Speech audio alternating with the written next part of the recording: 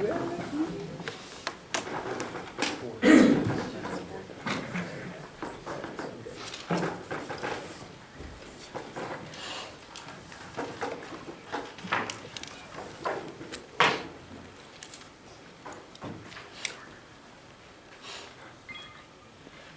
I was just proud of the group the way they bounced back. I told them last week I was the one that lost the game. I put too much defense in, confused them, didn't play very well. Told them I wouldn't do that till again. So it's the next ball game. Now we got Texas Tech going forward.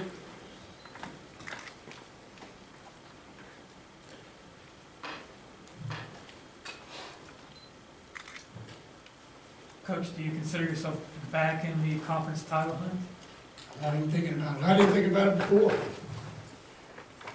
Last week, the first 2 weeks ago, I had Oklahoma, and then I had Baylor, and now I had Oklahoma State, and now I got Tech. I mean, I think all of us, if you're not watching the scores, as close as what every team is, my advice to anybody would be just try to win the game that you're playing and don't worry about anything else. Because you know, West Virginia wins, you get Kansas State wins. I mean, to be honest with you, you got to hold home base. You got to win at home. It's hard to win on the road. And there's a lot of good football teams in this league. And you know, we've got 6 games left. 6 games left, and all 6 of them capable of playing very well. So. Did you let the team know that Baylor and Oklahoma had lost? Yes, I told them we knew that basically before we went out. So. Gary, at what point of last week did you know your team would bounce back well? Sunday. Like I said on my Tuesday press conference, I told them they practiced better on Sunday after the Baylor game than they practiced after the Oklahoma win. Gary, who are the team leaders who made sure that one loss didn't become 2? You know, I think it's a bunch of guys. You know, they paddled a little bit, but they practiced. I think, you know, the thing is they knew they were a lot better. Like I told them, it was my fault. Defensively, I should have put them in a better position to be able to do things.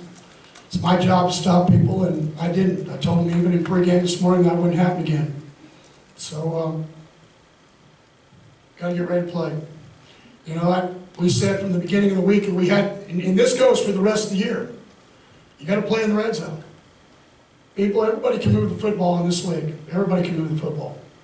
And so how you play in the red zone, and you want to be able to make kick field goals, and I thought we did. Offensively, you know, we got a couple breaks. You know, a couple of you went, oh, and then they were touchdowns, but you could have been intercepted. You know, those kind of, they were on our side, so there was kind of a lull here in the second quarter, like you want to get it all over with, where they were driving, we weren't holding the ball, and I thought we gained a lot of confidence by making them kick the field goal. That third one, we just went to 9. What's it say about your defense to hold Oklahoma State without a touchdown? Well, I mean, in this league, it's hard to do that, whether it's Oklahoma State or anybody. They're just good at what they do. And those two, their outside wideouts are really good. We had to change up coverages. I thought we did a good job with that. I'm sure they were very confident, you know, after watching how we played a week ago.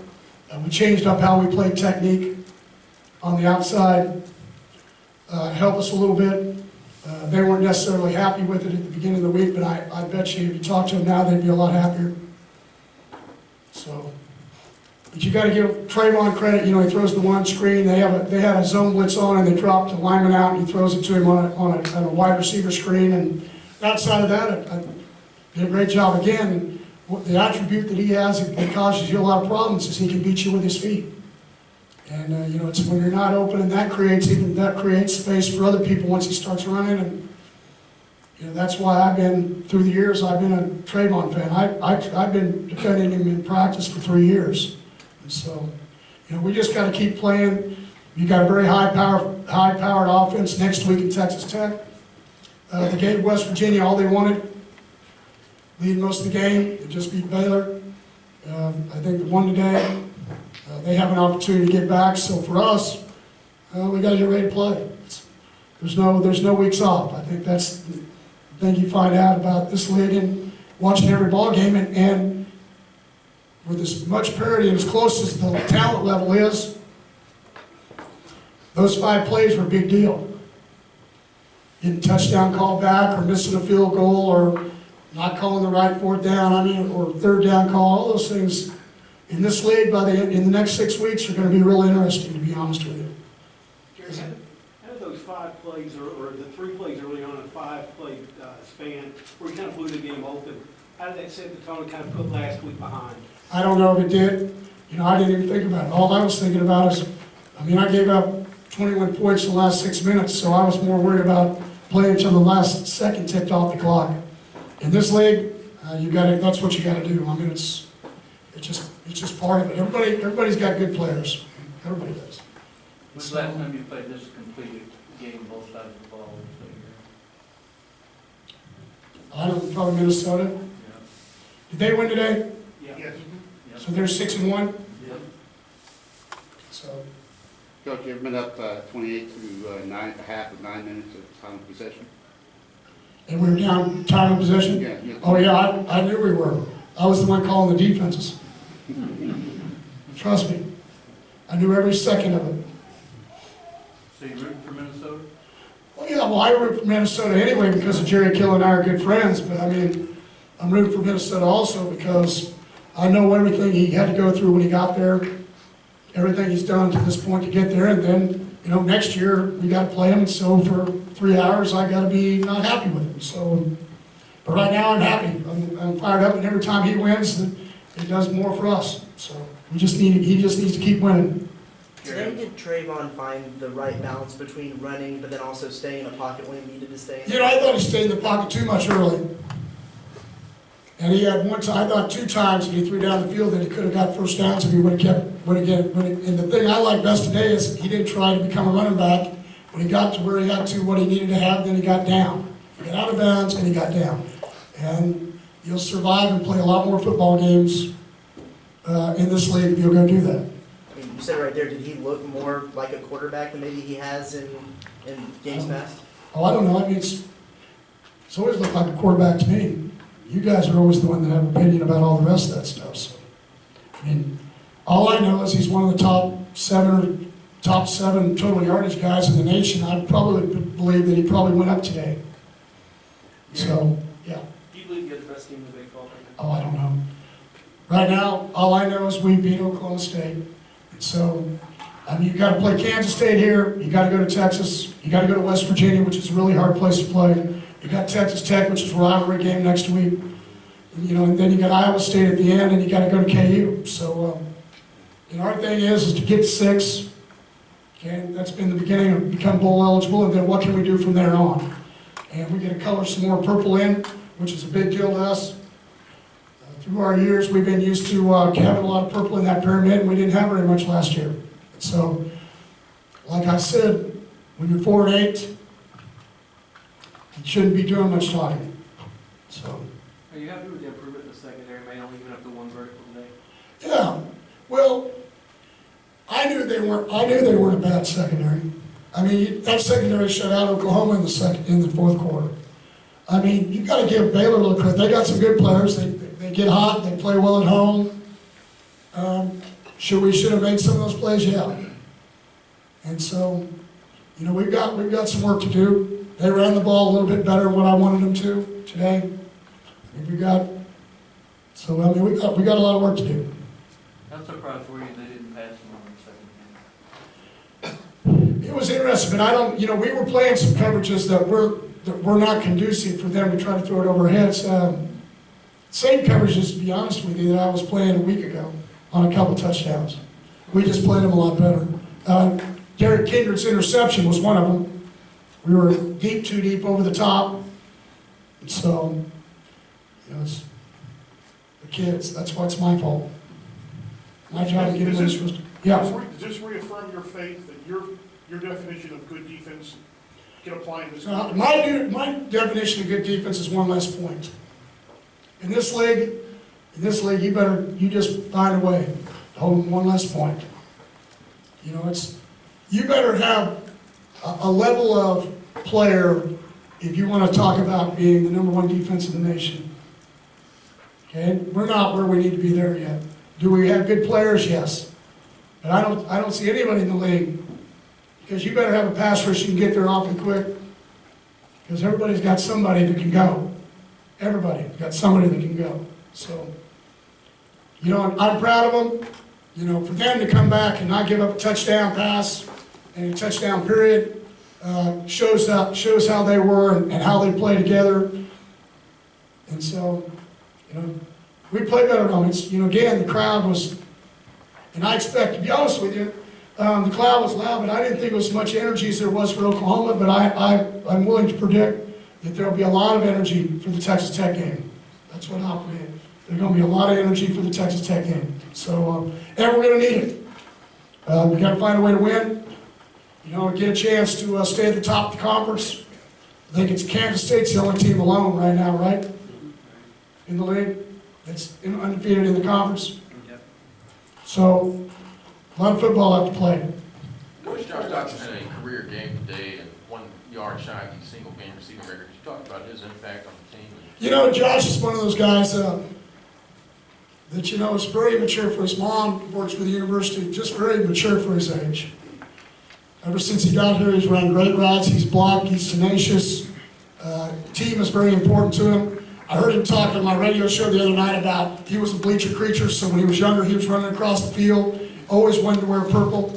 Those are the kind of, as head coaches, those are the kind of people you want to have on your team. You know, that are part of it. And, you know, a couple of those plays, you know, he's not going to be a guy that's the true burner like a couple of our other guys are, but, you know, he has enough speed, he's deceptive, and he can go up and get the ball. And that's, you know, he's very strong doing that, and he did a couple times today.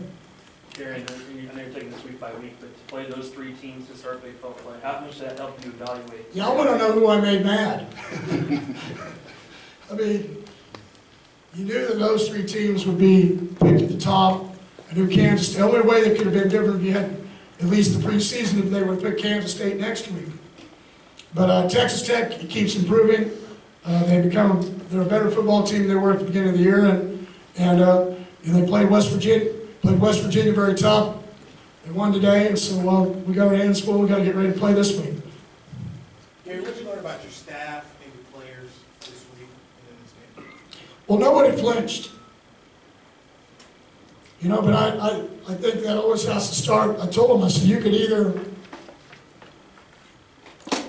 either look around and you can blame people, or we can just roll up our sleeves and do it, and that's what we've done.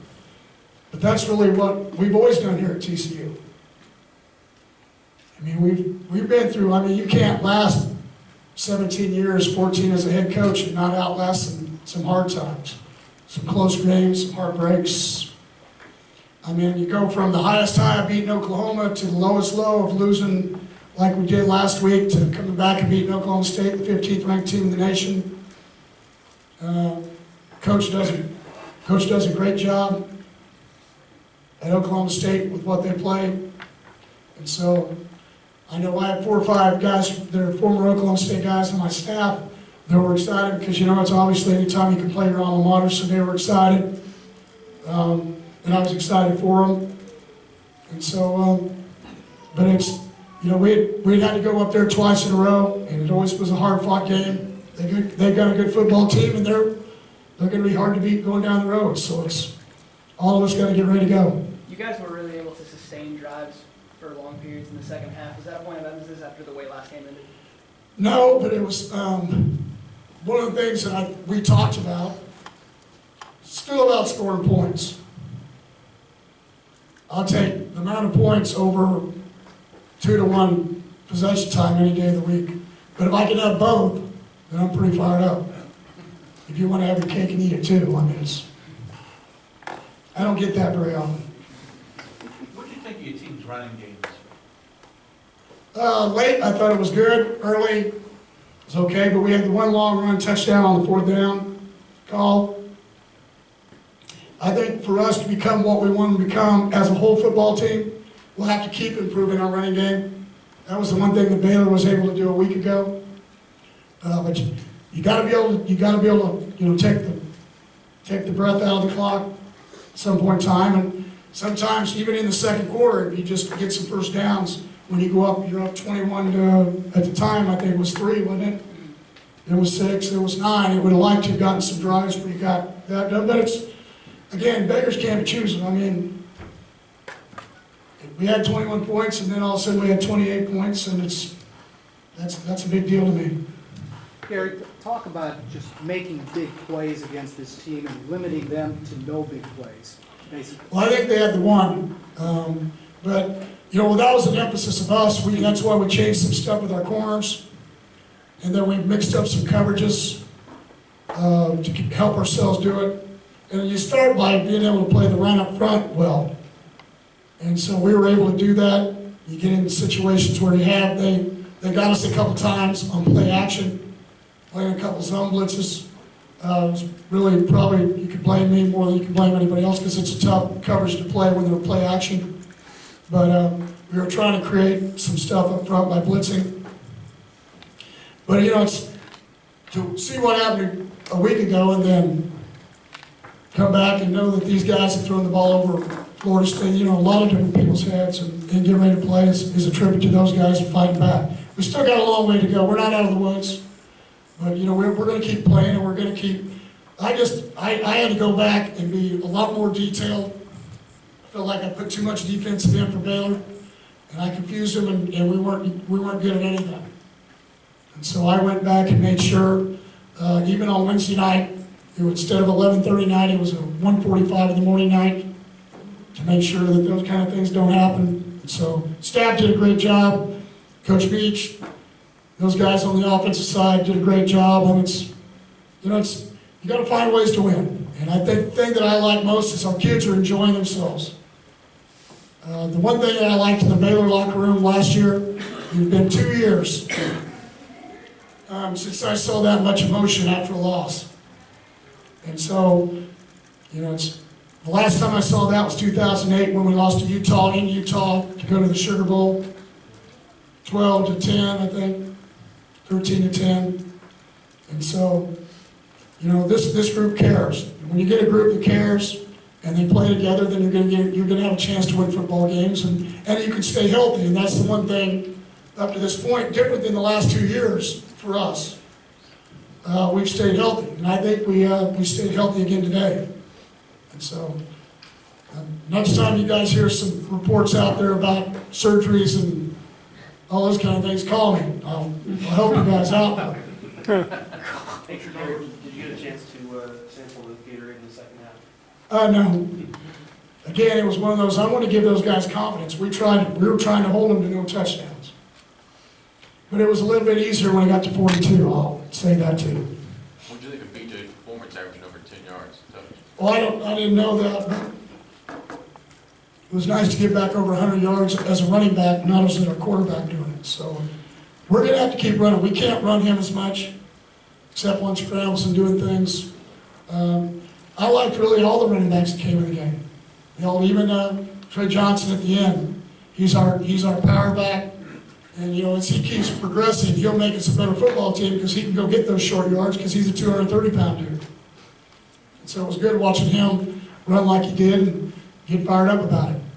Let's do 2 more questions. From your perspective, did it look like Calon was running with just a little more spark than maybe he had this year? No, I don't know. I think this whole season he's been running with the ball kind of like he did as a freshman. He was injured his sophomore year, so to me he's been better this season any way you looked at it. Okay, last question. Okay, thanks, Coach. Hey, pleasure. Glad you're all here.